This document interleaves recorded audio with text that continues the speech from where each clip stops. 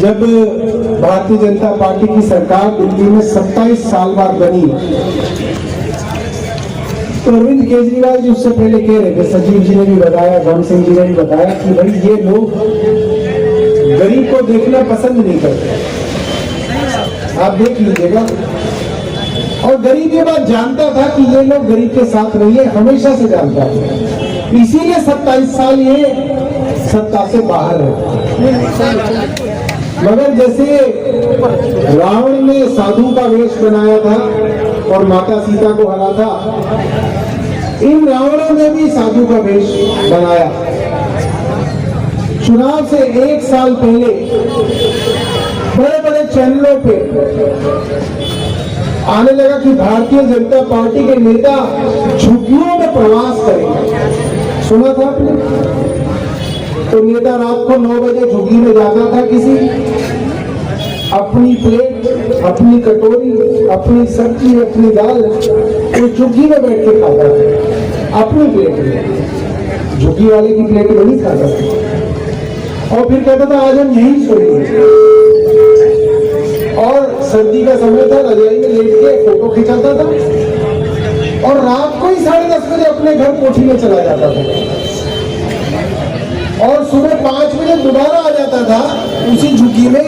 और बहुत अच्छा लगा, बड़ा मजा आया, फोटो खिंचाता कि नेताजी, भारतीय जनता पार्टी के नेताजी झुग्गियों में रुक रहे थे, गरीबों से प्यार हो गया। देखी थी आपने? मनोज तिवारी रात को झुग्गी में कैरम बोर्ड खेल रहे हैं, देखा था?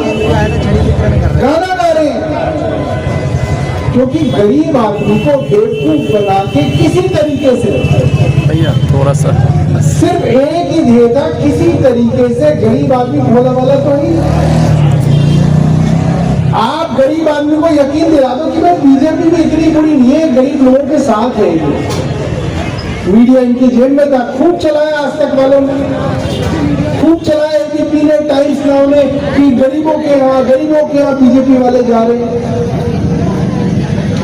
प्रधानमंत्री ने भी कह दिया 1 मकान को नहीं तोड़ा जाएगा, मोदी की गारंटी है 1 मकान को नहीं तोड़ा जाएगा। जिस दिन बीजेपी जीती उसी दिन इन्होंने सबसे पहले वजीरपुर के अंदर जेवलवाला बाग की झुग्गी है, सबसे पहले उसी दिन बुलडोजर चलाया, हजारों लोगों को बेघर किए उसी दिन। और फिर जो इन्होंने शुरुआत की, इन्होंने दिल्ली में तांडव करना शुरू किया। इन्होंने मद्रासी कैंप के अंदर 400 झुग्गियों के ऊपर बुलडोजर चलाया, इन्होंने रोहिणी के अंदर 200 झुग्गियों के ऊपर बुलडोजर चलाया। और फिर हमें ऐसा लगा कि भाई अगर इनको नहीं रोका गया तो ये पूरी दिल्ली तहस नहस कर दी। और आप सोचिए कितने क्रूर, कितने जालिम लोग हैं।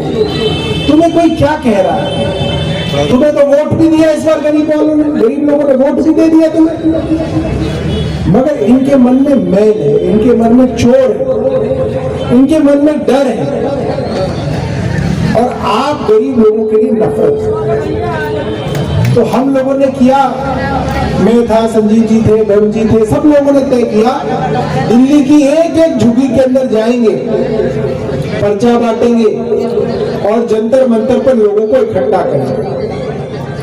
पिछले साल मई में, मुझे लग रहा है शायद 30 मई का दिन था, भरी गर्मी में हमने दिल्ली के करीब 20,000 झुग्गी वाले जंतर मंतर पे इकट्ठे किए। अरविंद केजरीवाल वहां पे आए और 20,000 लोगों की भीड़ देख के भारतीय जनता पार्टी घबरा गई और तब जाके वो झुग्गियों को तोड़ना रुका, क्योंकि इन्होंने देख लिया कि लोग संगठित हो रहे हैं, लोग हमारे खिलाफ खड़े हो रहे हैं। जैसी वो कहानी सुनाई ना इन्होंने कि राजा ने कहा कि 100 रुपए ले लो, 200 रुपए ले लो, पब्लिक 200 रुपए भी ले लो। राजा ने कहा 10 जूते मारो, पब्लिक 10 जूते खाने के लिए भी तैयार है। जब राजा को लगेगा कि पब्लिक हर चीज के लिए तैयार है, फिर तो राजा यही करेगा, घर ही तोड़ेगा। अरे जिन्होंने भगवान राम के घर में चोरी कर ली तो तुम्हें छोड़ेंगे क्या? उन्होंने भगवान राम को नहीं छोड़ा और तुम सोच रहे हो कि अरे नेताजी गारंटी दे रहे। अरे जिस राम की गारंटी पूरी दुनिया देती है, इन्होंने उस राम को लूट आप सोचो, वो सोच सकता है कोई आदमी ऐसा? जो राम को लाए हैं हम उनको लाएंगे, और जो राम का माल चुराए हैं वो जूते खाएंगे। खाएंगे? जो राम का माल चुराए हैं वो जूते खाएंगे। तो इन लोगों का कोई भरोसा नहीं। सूरजकुंड के अंदर अनंतपुर गांव था, आप लोगों ने सुना होगा, करीब 1 साल पहले वहां भी बुलडोजर चलने शुरू हुए थे, बड़े बड़े लोगों के घर तोड़े जा रहे थे। तैमूर नगर खिजरा, वहां पे एक महापंचायत हुई, मैं भी था, ब्रह्म जी भी थे, संजीव भाई भी थे, हजारों लोग इकट्ठे हुए, पब्लिक ने ललकारा सरकार को, और सरकार डर गई, सरकार पीछे हटी वहां पे। तो आज जो आप लोग यहाँ पे आए, आपके आने से जो छोटे छोटे खिड़कियों से बीजेपी वाले देख रहे हैं आपको, नेताजी ने ड्यूटी लगाई है, कितने लोग हैं देख के बताना। अभी लाइव देख रहे थे हमारे, पूरा भाषण सुन रहे हैं। आप में तो कई लोग नहीं भी सुन रहे, वो पूरा सुन रहे हैं, कौन क्या बोल के गया, हमारे पास मैसेज चल रहा है। हाँ। तो उन लोगों तक ये बात पहुंचेगी कि खट्टा कॉलोनी के लोग इकट्ठा होने शुरू हो गए, और जब आप लोग इकट्ठे होते हैं तो सरकार को डर लगता है, किसी चीज से डर नहीं लगता। सरकार को बस यही डर है कि पब्लिक इकट्ठी ना हो जाए हमारे खिलाफ।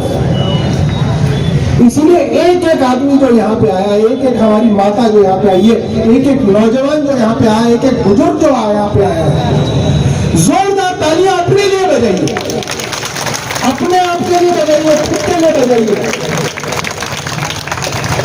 क्योंकि आपका एक एक कदम जो आप लोगों ने उठा के आप यहाँ तक पहुंचे, एक एक कदम की वजह से आज और आज के बाद लोगों के मकान बच पाए।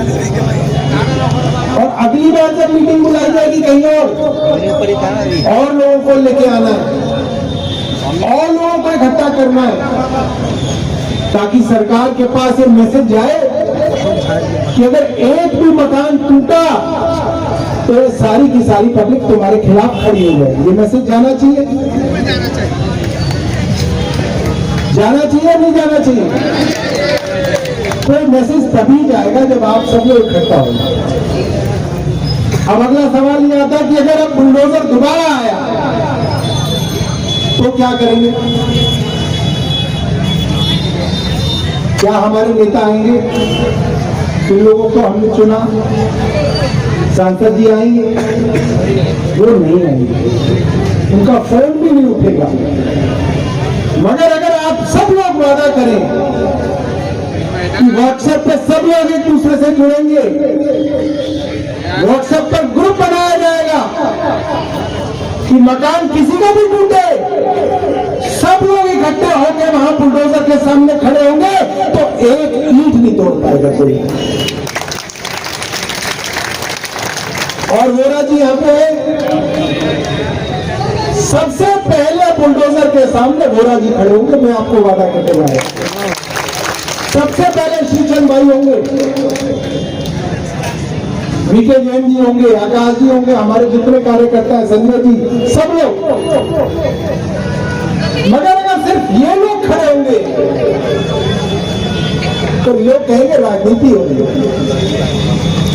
मगर इन लोगों के साथ अगर आप लोग खड़े होंगे तो पब्लिक फोन करके मुख्यमंत्री को बताएगी कि मैडम पब्लिक सड़कों पर उतर आइए, सिंहासन खाली करना पड़ जाएगा।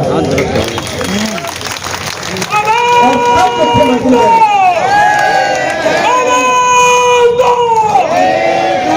बस आखिरी बात बता के अपनी बात खत्म करूंगा। कई लोगों ने पूछा, बात चर्चा हुई कि ये हुआ क्यों? 10 साल तक अरविंद केजरीवाल मुख्यमंत्री थे, तब तो ये नौबत नहीं आई। आज ये नौबत क्यों आई कि बुराड़ी से लेकर करावल नगर तक, करावल नगर से लेकर ओखला तक, ओखला से लेकर बदरपुर तक 14 लाख मकानों के ऊपर तलवार लटकी हुई है। क्यों आई ये नौबत? ये नौबत बार बार कहा जा रहा है कोर्ट ने कह दिया, कोर्ट ने कह दिया। अरे कोर्ट ने कब कहा? कोर्ट ने इनसे एक बार नहीं, दो बार नहीं, बार बार पूछा। केंद्र की सरकार से पूछा, दिल्ली की सरकार से पूछा, और बार बार कोर्ट ने एक प्रश्न पूछा इनसे। आजकल तो गूगल है, पता कर लीजिएगा, गूगल के अंदर एआई है। गूगल की एआई के अंदर प्रश्न डालना कि भाई ये जो ओजोन के ऊपर तोड़फोड़ हो रही है, किस मुकदमे की वजह से हो रही है? एआई, गूगल का एआई आपको जवाब देगा, चैट जीपीटी आपको जवाब देगा। और उसमें अगला प्रश्न ये पूछना कि भाई केंद्र सरकार ने ऐसा क्या किया, ऐसा कौन सा प्रश्न था जिसका उत्तर नहीं दिया, जिसकी वजह से वो तलवार लटकी हुई है? तो गूगल का एआई आपको इसका जवाब नहीं देगा। मेरी बात मत मानिएगा, खुद गूगल पे देखिएगा। कोर्ट ने इनसे बार बार ये पूछा कि दिल्ली की जो 1700 कॉलोनियां हैं, उनको जो पार्लियामेंट के अंदर प्रोटेक्शन मिलती है, national capital territory Delhi special provisions act, वो सुरक्षा, वो प्रोटेक्शन क्या ओजोन के अंदर है? और केंद्र सरकार ने उसका जवाब नहीं दिया, दिल्ली सरकार ने उसका जवाब नहीं दिया। ये ऑन रिकॉर्ड है। इनको सिर्फ कोर्ट में यह बोलना था और सच बोलना था कि जैसे 1700 कॉलोनियों का प्रोटेक्शन है, 1700 अनऑथराइज्ड कॉलोनियों का प्रोटेक्शन है, उसी तरीके से ओजोन की कॉलोनियों को भी प्रोटेक्शन है। ये बात इन्होंने कोर्ट में नहीं कही और बार बार पूछी गई, इन्होंने नहीं कही। और एक षड्यंत्र के तहत आप सब लोगों की जमीनों के ऊपर तलवार लटकाई गई है, क्योंकि नजर है आप लोगों की जमीनों के ऊपर। और अगर आप एक लोग, सब लोग एक नहीं हुए, तो आप जिन जिन लोगों की झुग्गियां टूटी है उनके पास जाके पूछ लेना। जब सबसे पहले झुग्गियां टूटी तो जिन लोगों ने आगे झुग्गियों में दुकानें बना रखी थी, उनकी झुग्गियां टूटी। हम वहां गए, हमने कहा भैया तुम लोग तुम्हारे ऊपर बुलडोजर चला रहे थे, इतने सारे लोग थे, कोई बचाने क्यों नहीं आया? तो उन्होंने कहा कि साहब जो पीछे वाली झुग्गियों वाले लोग थे वो खुश थे। उन्होंने कहा कि इनके टूट जाएंगे तो हम आगे आ जाएंगे, फिर हम दुकान खोल लेंगे। जो पीछे वाली लाइन थी वो ये सोच के खुश थी कि आगे वाली लाइन में जिन्होंने दुकानें खोल रखी हैं उनकी टूट जाएंगी झुग्गियां, तो हमारी सबसे आगे आ जाएगी और हम दुकानें खोल लेंगे। और उसके एक हफ्ते बाद दूसरी लाइन भी तोड़ दी गई और उसके बाद तीसरी भी तोड़ी गई और फिर मैदान कर दिया गया। ये भारतीय जनता पार्टी का तरीका है काम करने का। डिवाइड एंड रूल जो अंग्रेज करते थे, फूट डालो और राज करो। फूट डालते हैं कि अरे उनकी टूट रही है, तुम्हारी क्यों ना टूटेगी, तुम्हारे लिए हम है ना। और जब आपकी टूटेगी तो तीसरे को कह रहे इनकी तो टूट रही है, तुम्हारे लिए हम है। तो मैं सब लोगों को, सब अपने भाइयों बहनों को सिर्फ ये समझाना चाहता हूं, दूसरे का भी मकान टूटे तो मेरी बहनें जूते चप्पल झाड़ू लेके आ जाना, घर से जूते चप्पल झाड़ू लेके आ जाना, ये सोचते कि ये भी हमारा ही मकान है और आज हम इनका बचाएंगे तो कल ये हमारा बचाएंगे। मानते हैं नहीं मानते? तो सच सच बताना, झूठ मत बताना। कौन कौन हमारी माता बहनें बेलन लेके जाएंगे? तुम पे कहाँ बोलेंगे, सब बहनों से पूछो। देखो सारी बहनें तैयार हैं, तो सबसे आगे माताएं को रखना बेलन के साथ और पीछे आप पुरुष रखना, ठीक है जी। तो ये हमें फौज बनानी पड़ेगी, जैसे नेताजी ने बनाई थी आजाद सिंह फौज, आजाद हिंद फौज, वो वाले नेताजी ने, सुभाष चंद्र बोस जी ने, ऐसी फौज बनानी पड़ेगी। और श्रीचंद बोरा जी व्हाट्सएप पे ग्रुप बनाएंगे और उस पर फिर मैसेज करेंगे कि भाई कल सुबह वहां इकट्ठे होना है।